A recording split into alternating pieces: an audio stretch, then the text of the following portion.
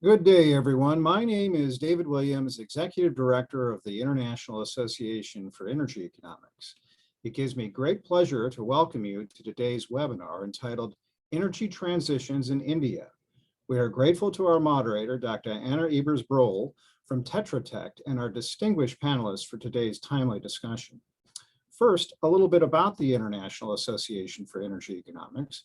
We are the largest association specializing in the field of energy economics and provide a forum for the exchange of ideas, experience, and issues among professionals interested in the field.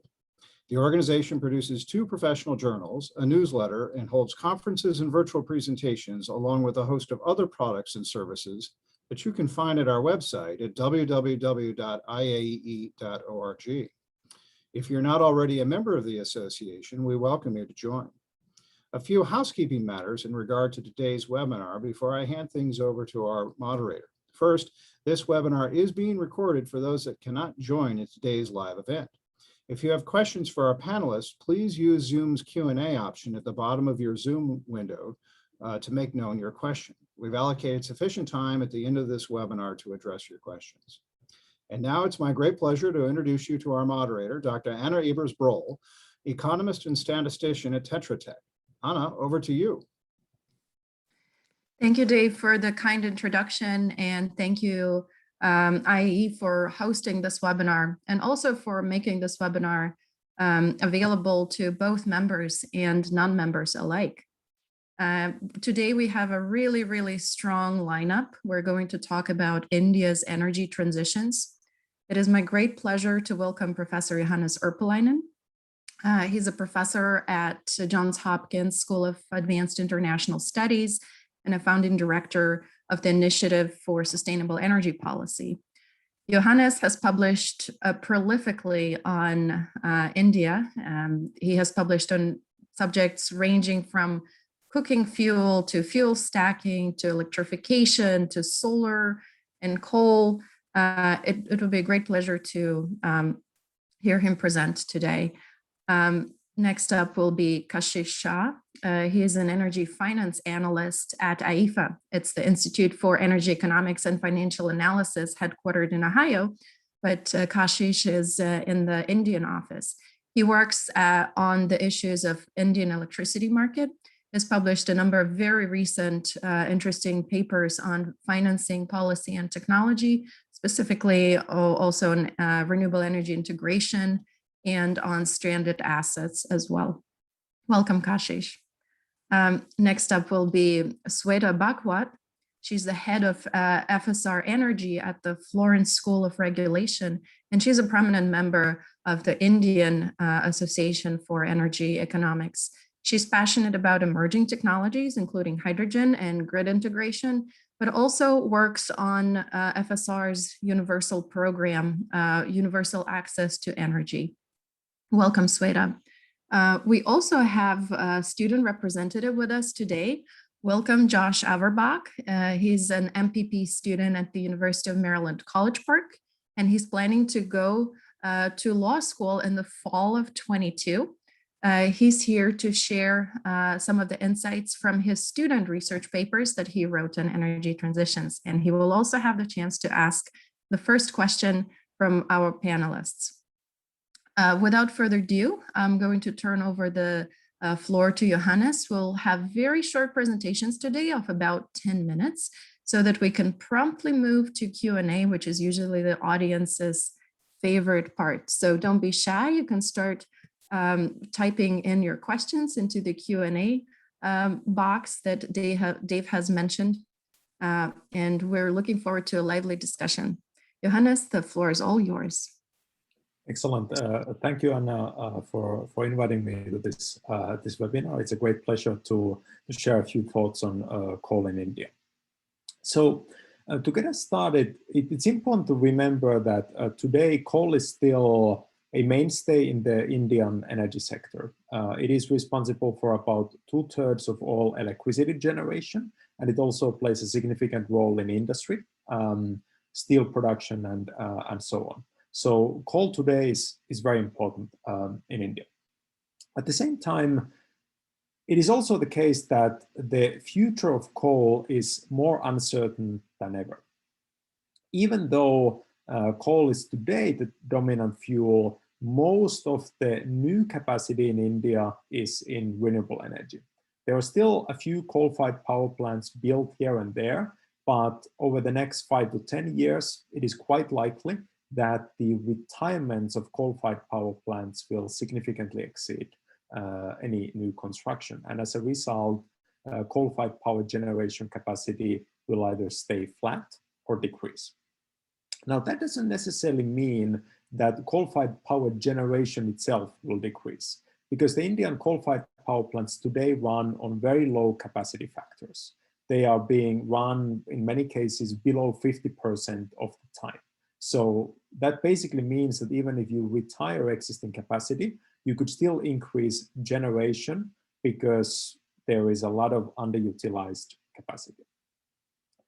If you look at the projections for demand for coal, overall, it does look like demand in the power sector is going to be at most modest growth, possibly flat, and possibly even decrease in the next 10 years. The reason for this is that renewable energy is increasingly competitive. Solar power in particular in India is very competitive in terms of generation costs. And over time, with better battery storage, better grid management, better demand side management, we will likely see a good effort to manage the intermittency issue. So for example, how do you meet electricity demand at night when the sun is not shining, but all the air conditioners are running in different homes? So most of the demand for coal in the future will likely come from industry.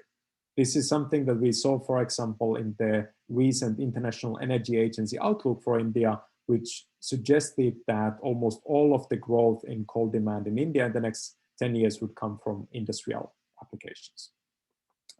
Now, even if we set aside economics for coal for a second, we still have a wide range of issues to consider. And this is what I really want to talk about today, is some of the social and political issues related to accelerating a coal phase out in India.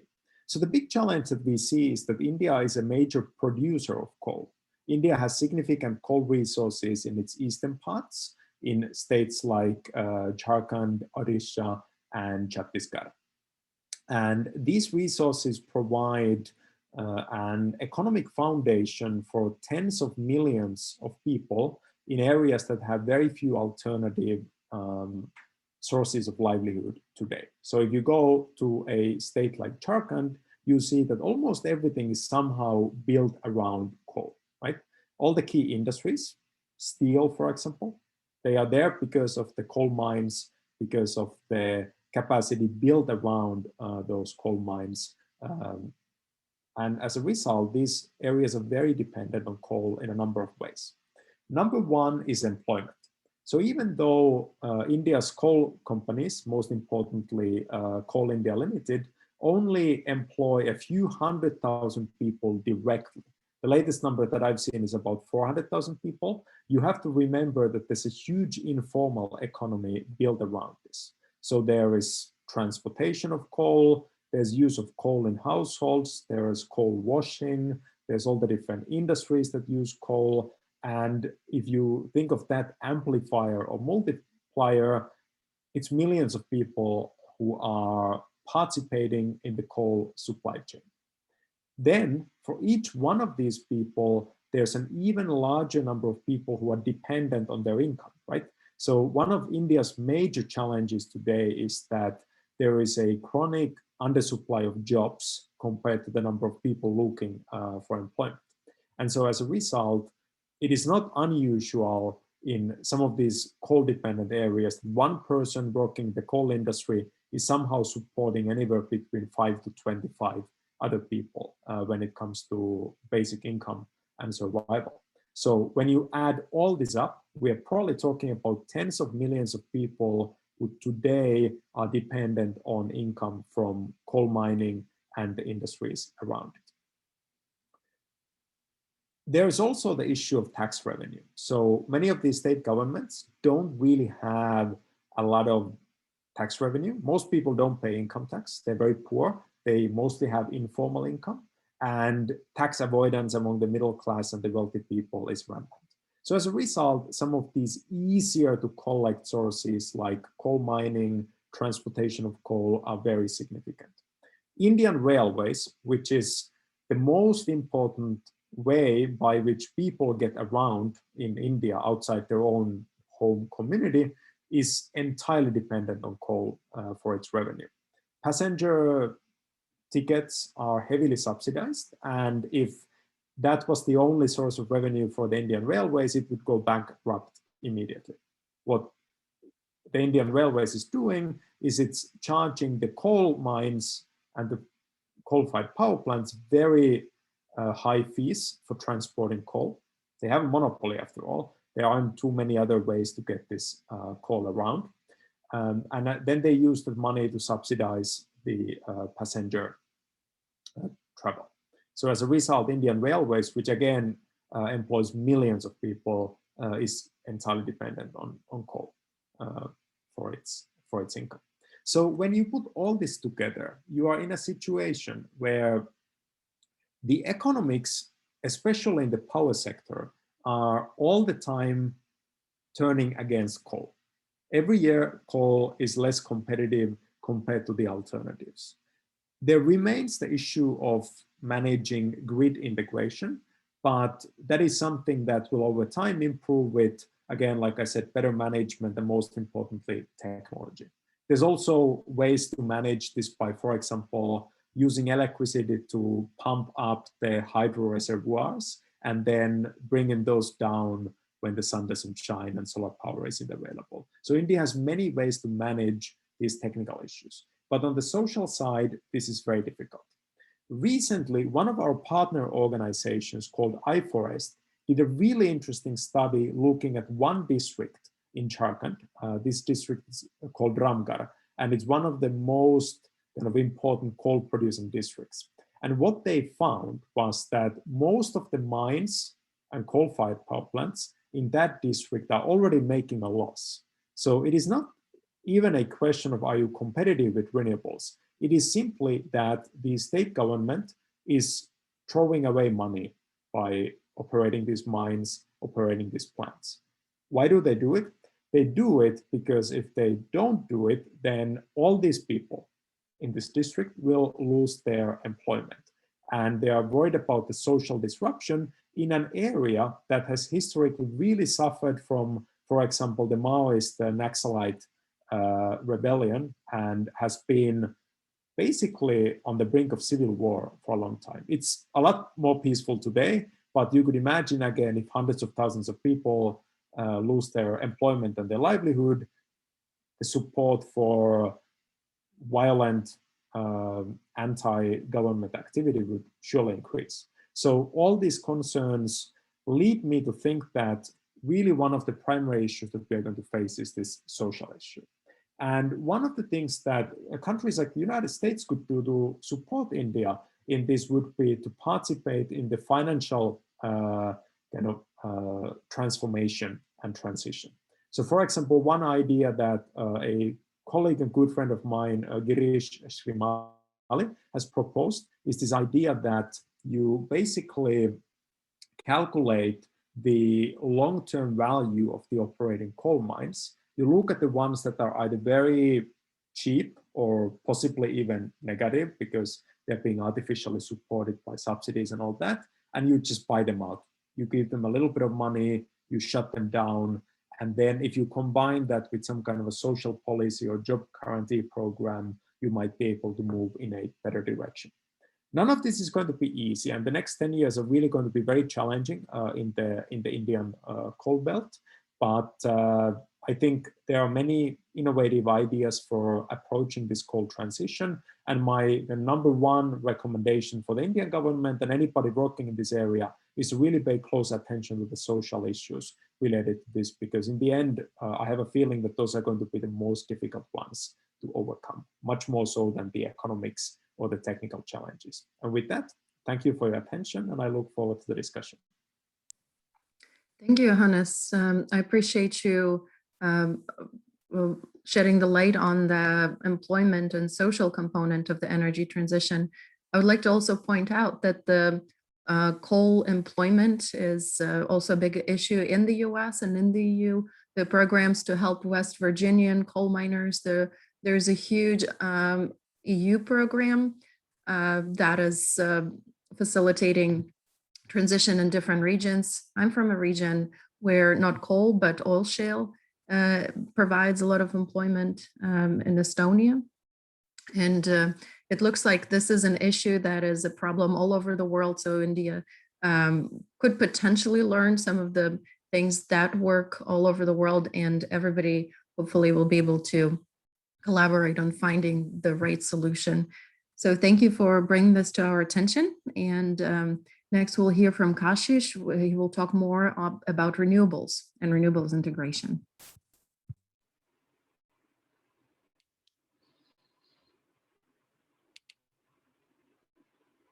Thanks, Anna. It's great to be here, and a wonderful presentation. I guess the story by Johannes. Johannes spoke about issues of coal and the transition issues related mired in India's coal economy. I'm going to talk about, as Anna said, I'm going to talk about the transition related issues with renewable energy. India being the third largest electricity economy, its transition is key for the transition of world energy economy. So I'm going to start with a favorite graph of mine, which I've created with my limited graphic designing skills. This picture talks 1,000 words about India's transformation. You can see all the black towers of thermal power plants have been knocked down in the last 5 years. And all the colorful renewable energy towers are coming up. So from 20 gigawatts of annual capacity addition somewhere between 2011 and 2015, now coal-fired capacity additions annually have come down to roughly 4 to 5 gigawatt, whereas renewable energy capacity is growing at the pace of 10 to 12 gigawatts annually. So let's look at how does India's electricity sector look like in terms of capacity and generation. As more and more renewable energy capacity come on grid, India's on-grid renewable energy penetration has reached about 11% at the end of FY 2021. On the other hand, coal is losing its share from somewhere around 80 to 85% 5 years ago. Now it's 70% of total generation, due to which the utilization rates are at unsustainably record low rate of 52.8%, which increases the standard asset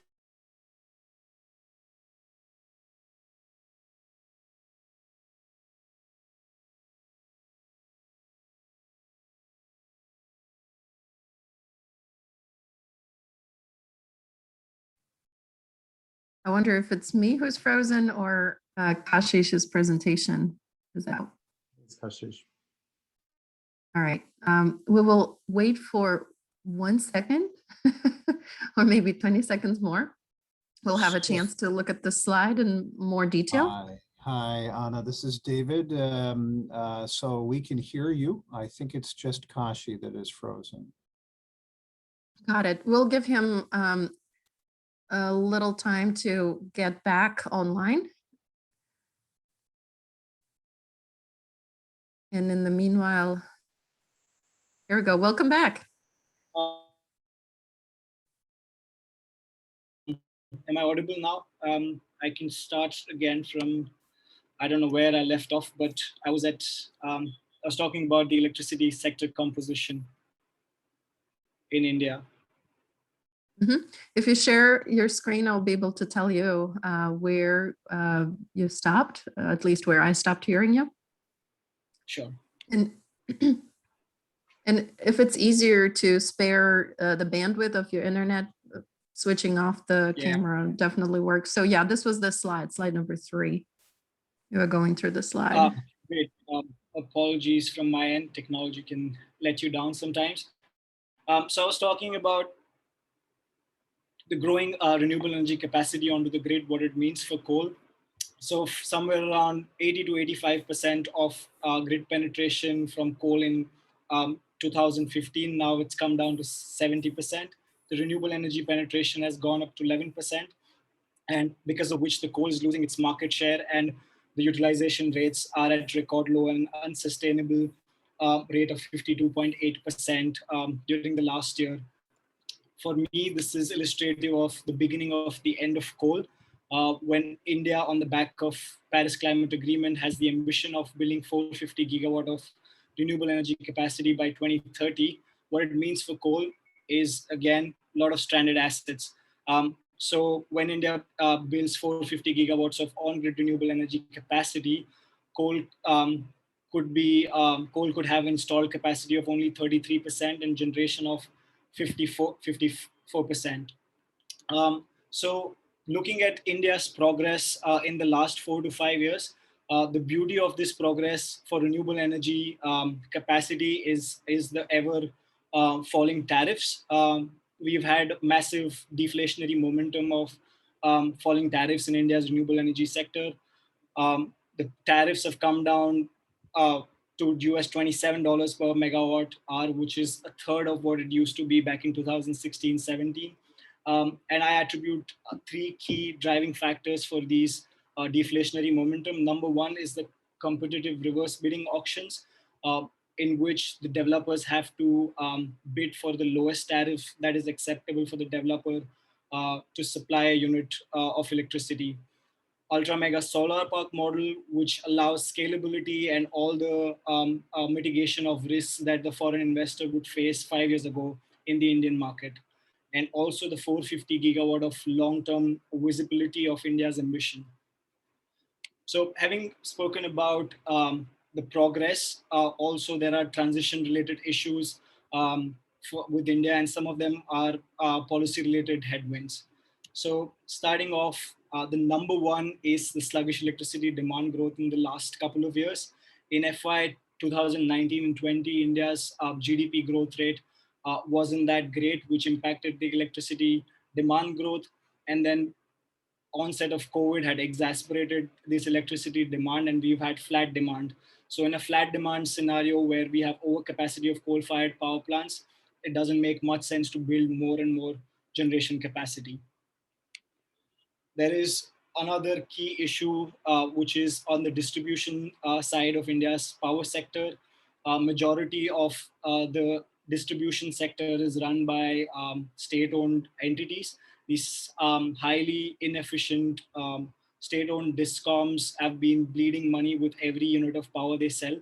And also there is, due to the lack of cash and loss-making structure of the discoms, the state-owned discoms are not able to pay to the generators on time.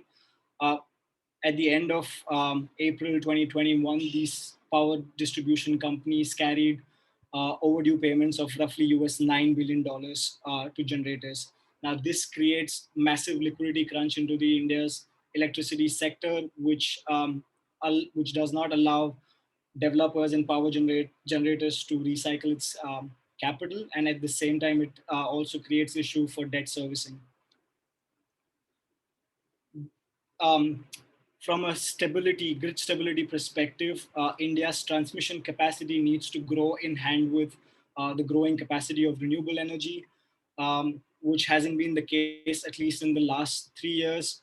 The grid needs to modernize and expand to actually tap the renewable energy rich zone of India. The inability of power grid and other entities to actually grow this transmission capacity sort of increases the risk of developer to bring on new renewable energy capacity. I want to highlight specific issues related to development of wind power. So number one issue is the land availability for wind power development. Unlike solar, which practically could be installed anywhere, the capacity utilization could differ by maybe 1 or 2%, but with wind, this difference could be material. So, for example, in terms of land availability issue, Gujarat is one of the top states for wind development in India, which is on the western coast of India. Now, Gujarat government is trying to reserve its wind-rich sites for its own project and doesn't want to give it away for centrally sponsored projects. So there is a miscoordination which is impacting the wind power development in India. On the other side, I was talking about how beautiful is the transition due to the cost deflation. Well, this cost deflation has been somewhat troublesome for the wind power industry, which used to be which is relying on feed-in tariffs, attractive feed-in tariffs. Now, with the onset of and the emergence of lower tariffs due to competitive bidding, the viability of the developers has gone for a toss. So that is one issue that wind power development is facing in India. Now, the cocktail of all these issues now is surfacing, and we have about 19 gigawatt of already auctioned capacity that is in limbo, which does not have any power supply agreement. It's all great to have renewable energy tariffs falling, but it also creates a problem wherein the discoms is looking out for the best and the cheapest tariffs for itself. So there are tariffs which are somewhere around rupees 2.9 to rupees 2.41, which in dollar value somewhere around $30 to $35, but the discoms obviously want the lowest tariffs, and that sort of creates unwillingness from the discom, which is already bleeding a lot of money, to sign some of these PPAs. So these are some of the key issues which need urgent attention.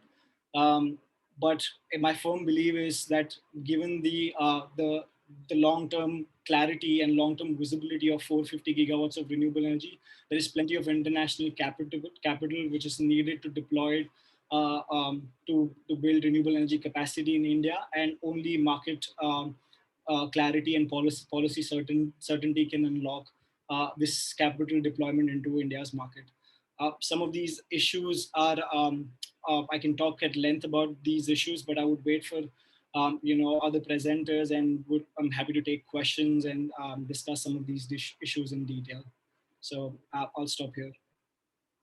Thank you, Kashish. I do have a quick clarifying question. How do you know that there is an abundance of international capital awaiting? Is there a resource, a metric, or some other way of knowing that this is the case? So let's look at who are the top developers of India's renewable energy capacity. The likes of Renewable, the likes of Adani, Azure, they're all backed by international, either private investors like Goldman Sachs or institutional investors, which are from oil pension funds or sovereign wealth funds.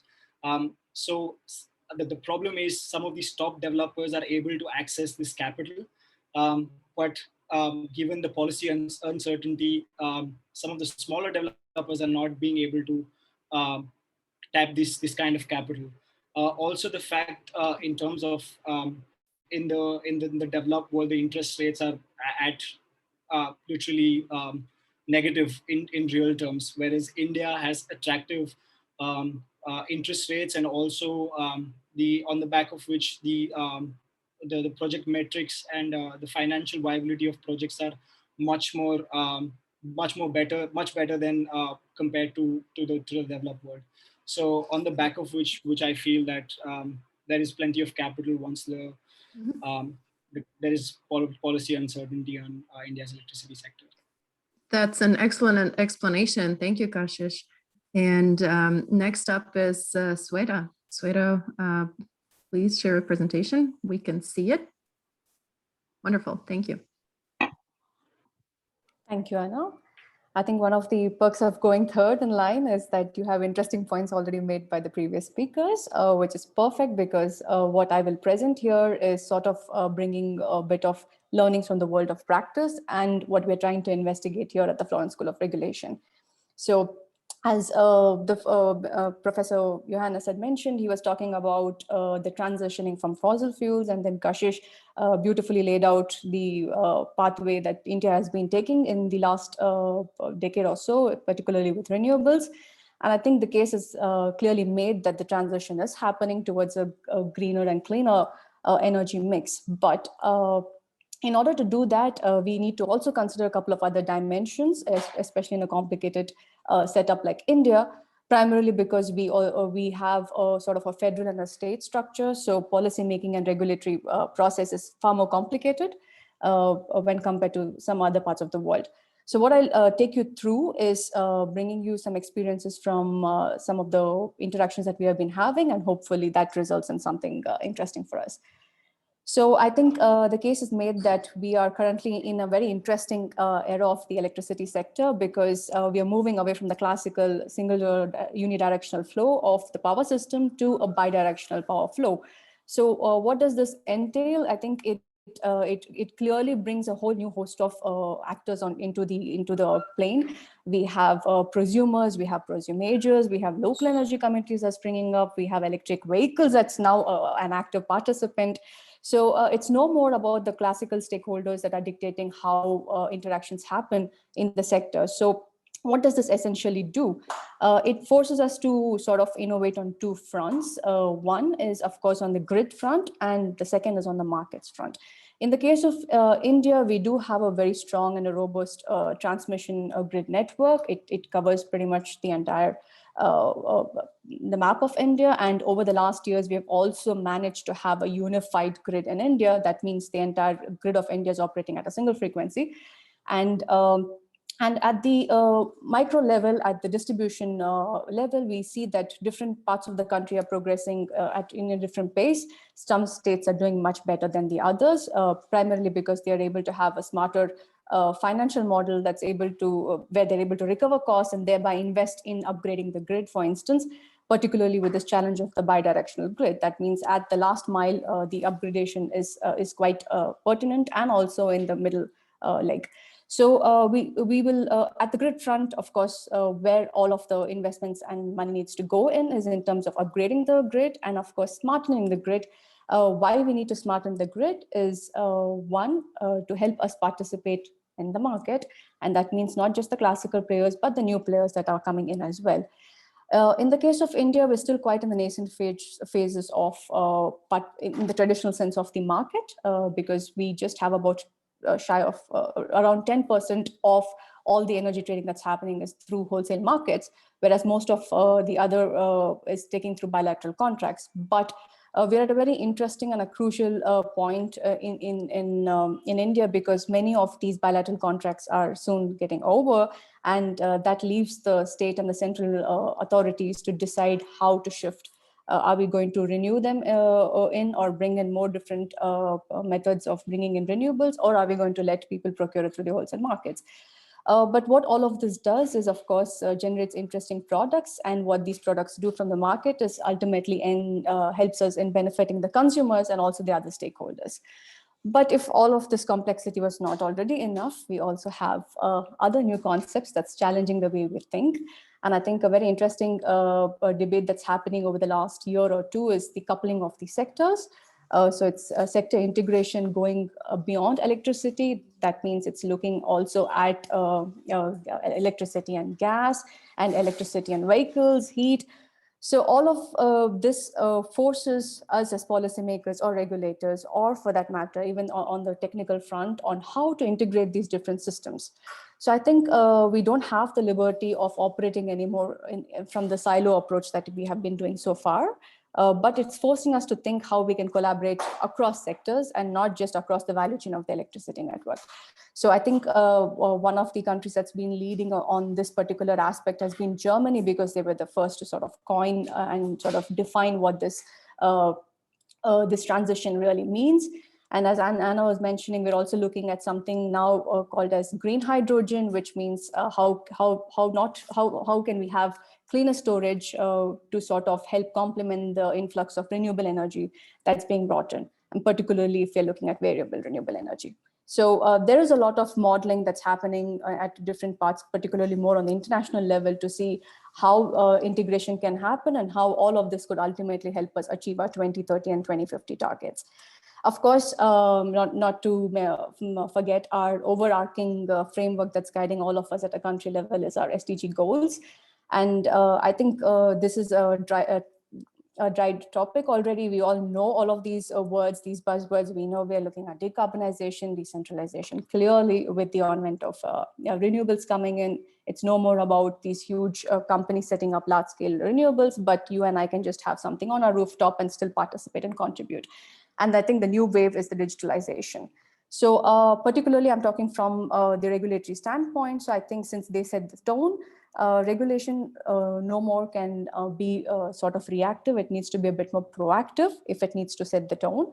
So I think the challenge currently faced by most regulators is how to sort of factor in all of these innovation waves that's coming in and what should be the decision making at their end.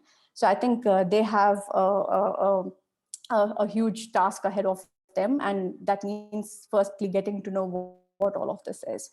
So in order to help this process, what we have done at the Front School is in collaboration with the European Commission and as part of the EU-India Clean Energy Dialogues, and with some of our partners from COMEAS and ISGF, we set up the EU-India High-Level Platform on Smart Grids. And what we essentially did is brought experts from both sides of the table to sort of discuss and decode how should we prioritize the decision making. So I'm just going to give you a bit of a sneak peek into how the process has been so far, and hopefully later after summer, you will be able to get a full-fledged report on this. And it will be interesting to just get your ideas as well. So of course, as I mentioned, the complexity is real when we talk about smart grids. What exactly is smart grid? I mean, all of these buzzwords that you see in the circle at the left, anything and everything can be constituted as smart grid. So where do you really start? So we started to investigate it from 4 different dimensions, particularly from the technological, the financial, the social acceptance, and of course, the regulatory and policy framework. Let me give you just a short example here. For instance, if you're looking at introducing dynamic tariffs, then while we may be targeting a particular consumer class that should benefit, but most likely the consumer class that can afford the technology would be another. So how do we sort of ensure in a complex social structure such as India, where the traditional cross-subsidization of tariffs would not solve the problem because the population that can is subsidized is way more than the population that's paying. So how do we sort of break out of this and develop smarter products while affording to transition and smarten the grid so that we are sort of state of the art to bring in this new innovative waves if we want to sort of compete and measure up to the world. So with these challenges, we decided let's do it a bit in a quantitative way, and we decided to sort of develop a weightage matrix. And we sort of had an expert survey where we tried to map the different benefits and the priorities, particularly in the case of India, what would be the list of priorities that would be needed in the first stage, and then in the second stage as a country in terms of this decision-making process. And how we did this is we combed through the database of EU smart grid projects that have been there, and the European Union has its a huge share of pilot projects that are happening, which is great. So using the matrix that we had, we sort of gave weightage to some of the projects that sort of raised up, and we have about 10 projects from there that is talking about a particular use case. But when I say use case, it means a particular smart grid application that is benefiting that particular project. And then we sort of cross-examine that with some of the Indian projects, which is primarily led by the DSOs or the DISCOMs in the case of India, and some also by the transmission networks. And we try to map and see how are the 2 different set of players looking at smart grids and what are they implementing really. And then since our framework was based on EU, we tried to take the European use cases and see which aspects of those are sort of applied when we look at the different Indian projects. So this particular chart clearly shows that most of the projects are heavily leaning on a few use cases more than the others. There are very few DISCOMs really trying to test beyond the usual suspects. So most of the smart grid upgradation is about improving the operational efficiency. I think Kashish had a chart about how there is the DISCOMs are trying to really look at their loss management, was a very major factor, say a decade ago, but now very much in control in some states. So I think the DSOs are definitely moving in the right direction. But also in one of Kashish's chart, I think it's clear that the DISCOMs are making a lot of losses So even if they want to, they're stuck in a vicious cycle because they just don't have the funds to upgrade their network, and without which all of these new cool things that we're talking about would not benefit both the DSOs or even the consumers for that matter. So here is sort of a dilemma.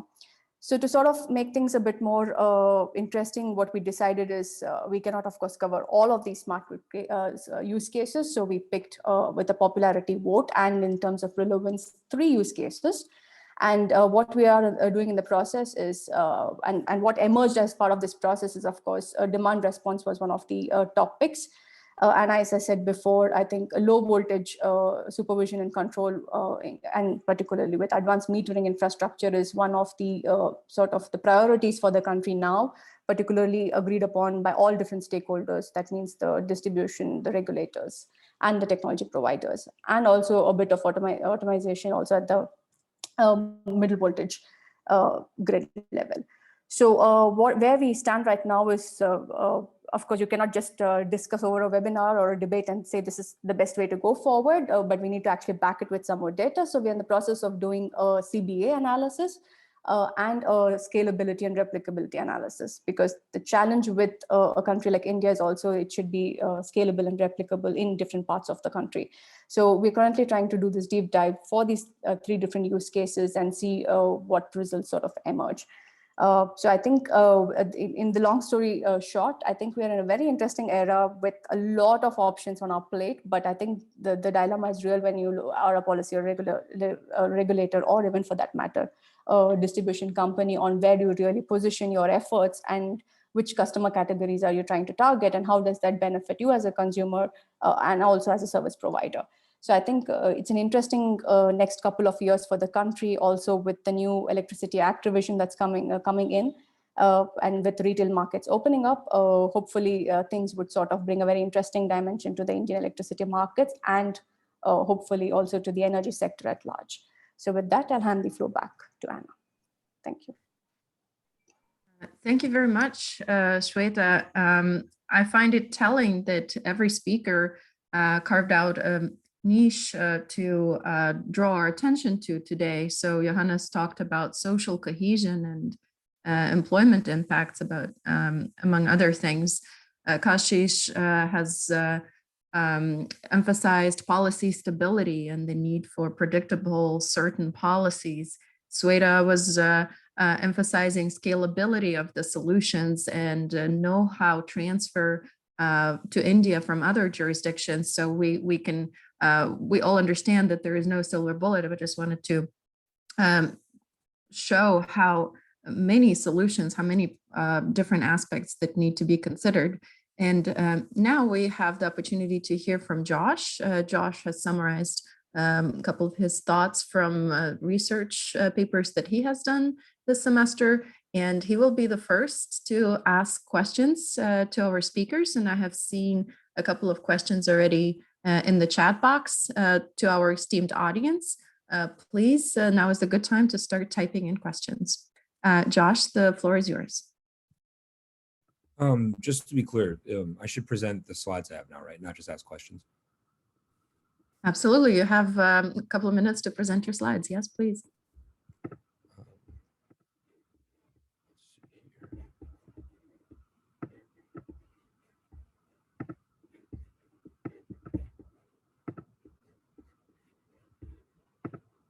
Can you see everything okay?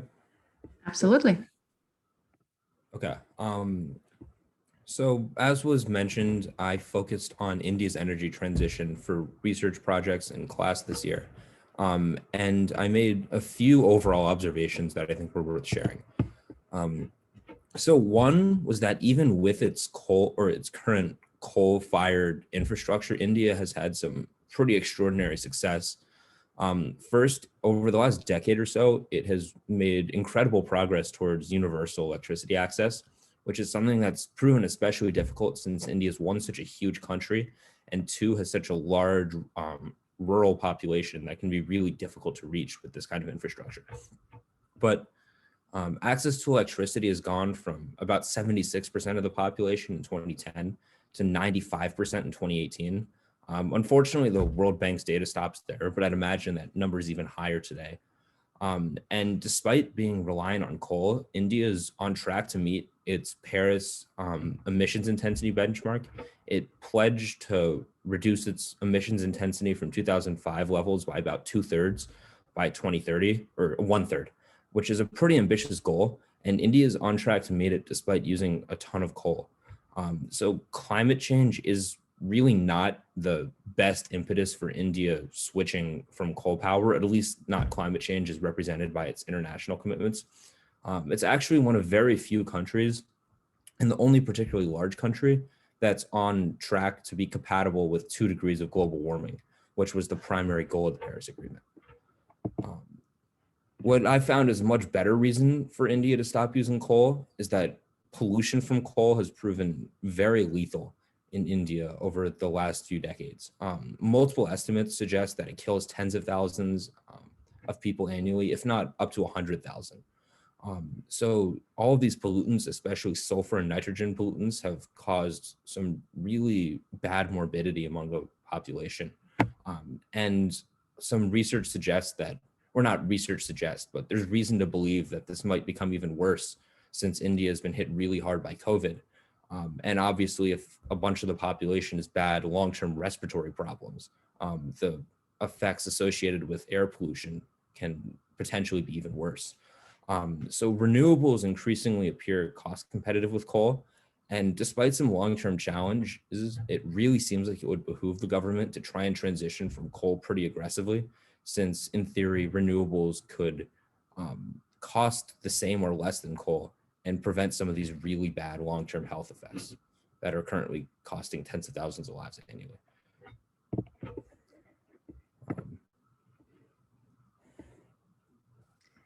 Thank you, Josh. Thank you for adding health considerations to what we have discussed today. Very good observation. So now we're moving to Q&A, and I'm going to first ask Josh to voice his question, please. Yeah, so one thing I haven't heard much of today is how the pandemic has impacted India's energy system. I was wondering, one, what those effects have largely been, and two, which ones of them are likely to be stable long-term versus which pandemic effects India is likely to rebound from whenever it gets over the current crisis it's dealing with. And this could be a question to all panelists. We can go in the order as we have given our presentations. Johannes, would you like to begin?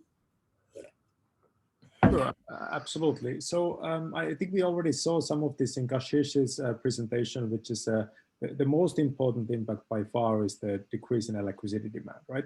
Because what that basically means is that any kind of new deployment is facing challenges. Without electricity demand, there's just not much point in building more capacity. And so I think the long-term impact will depend first and foremost on whether the Indian economy will get back on track. I mean, it hasn't been doing that well in a while, right? The good old days of 8% per year growth have been gone well before the pandemic. But I do think the size of the rebound is going to be really important moving forward, because in a high electricity demand growth scenario, on the one hand, you will obviously get much more renewables because there's more demand for the capacity, but at the same time, then you might also have more coal-fired power generation. So that's what I would be looking at electricity demand as the primary issue. Thank you, Johannes. Kashish? Yeah, I'd talk about what's happened in the last 12 months in terms of renewable energy capacity building. So there is definitely lack of growth in commissioning because India's renewable energy industry heavily depends on interstate migrant workers. And because of COVID, these rural migrant workers had to go back. So that has sort of impacted, but I see this as a very short-term impact. Once we can pray for electricity demand to grow, and number two, COVID to subside. And then we already have a pipeline of about 30 gigawatts of capacity that's already been auctioned. So hopefully as the pandemic subsides, the capacity growth will accelerate. And Swetha. Thanks, Anna. Thanks, Joshua, for that nice question. I think besides the 2 points, I'm just going to share two experiences that we all personally, those of us who were in India, experienced. I think one of the plus points that we learned from the pandemic is that our system operators are fantastic. We had an exercise where the entire country had to shut down for a few minutes in terms of showing our solidarity. And I think the nightmare of every system operator was, if we all reduce the load that drastically, then how are we going to come back up and we'd not have a blackout in this country?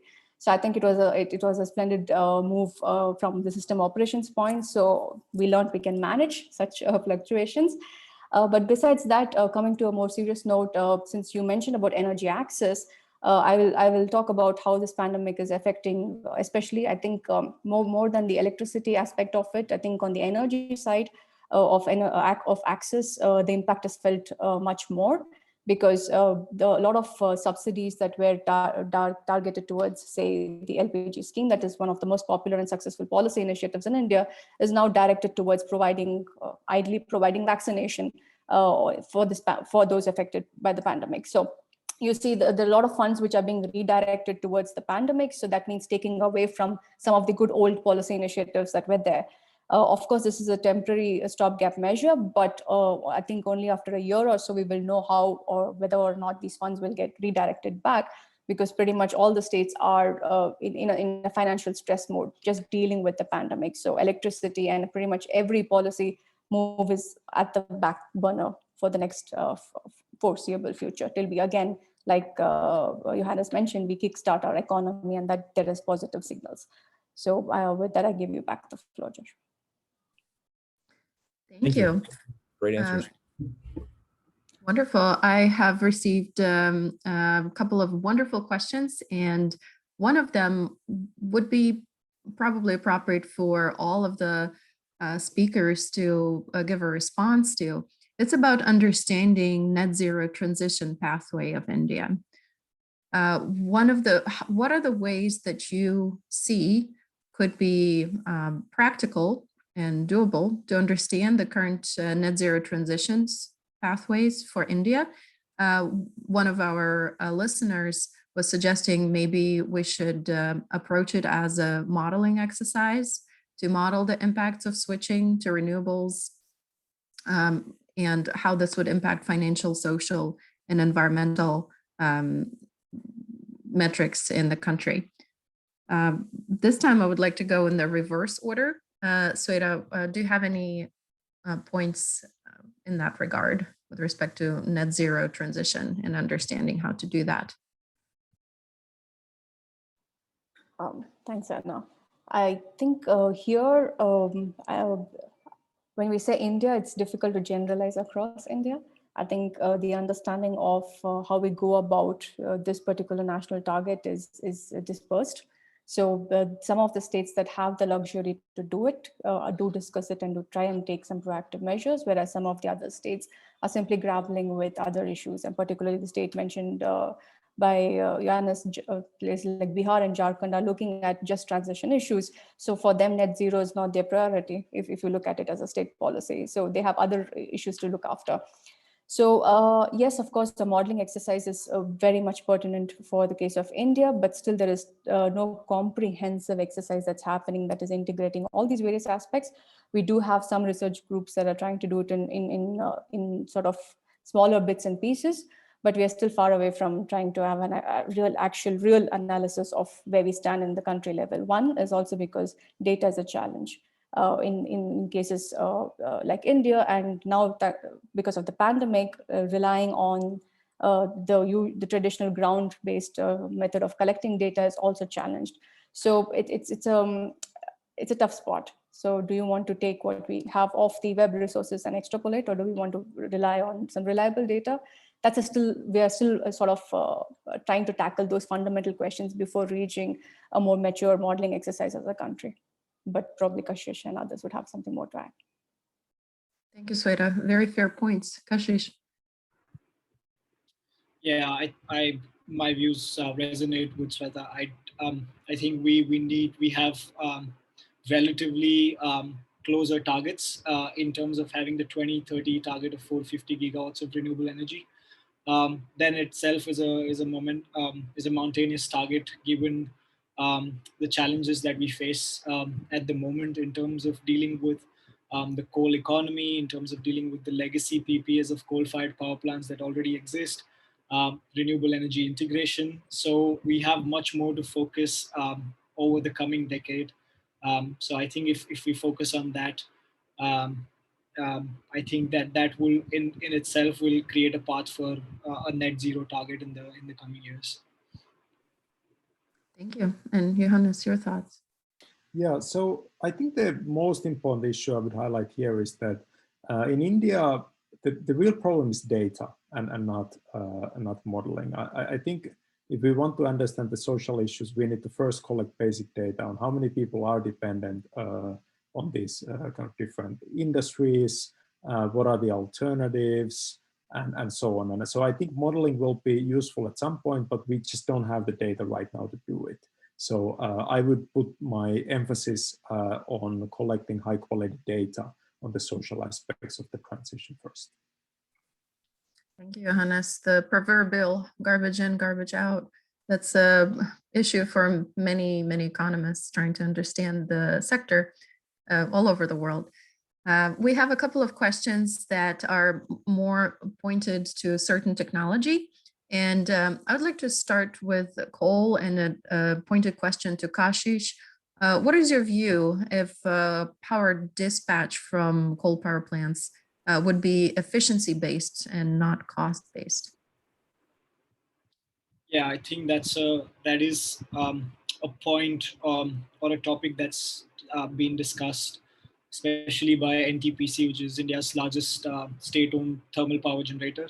So when we talk about renewable energy integration, where 450 gigawatts of variable renewables come onto the grid, how do we deal with this variability of renewables?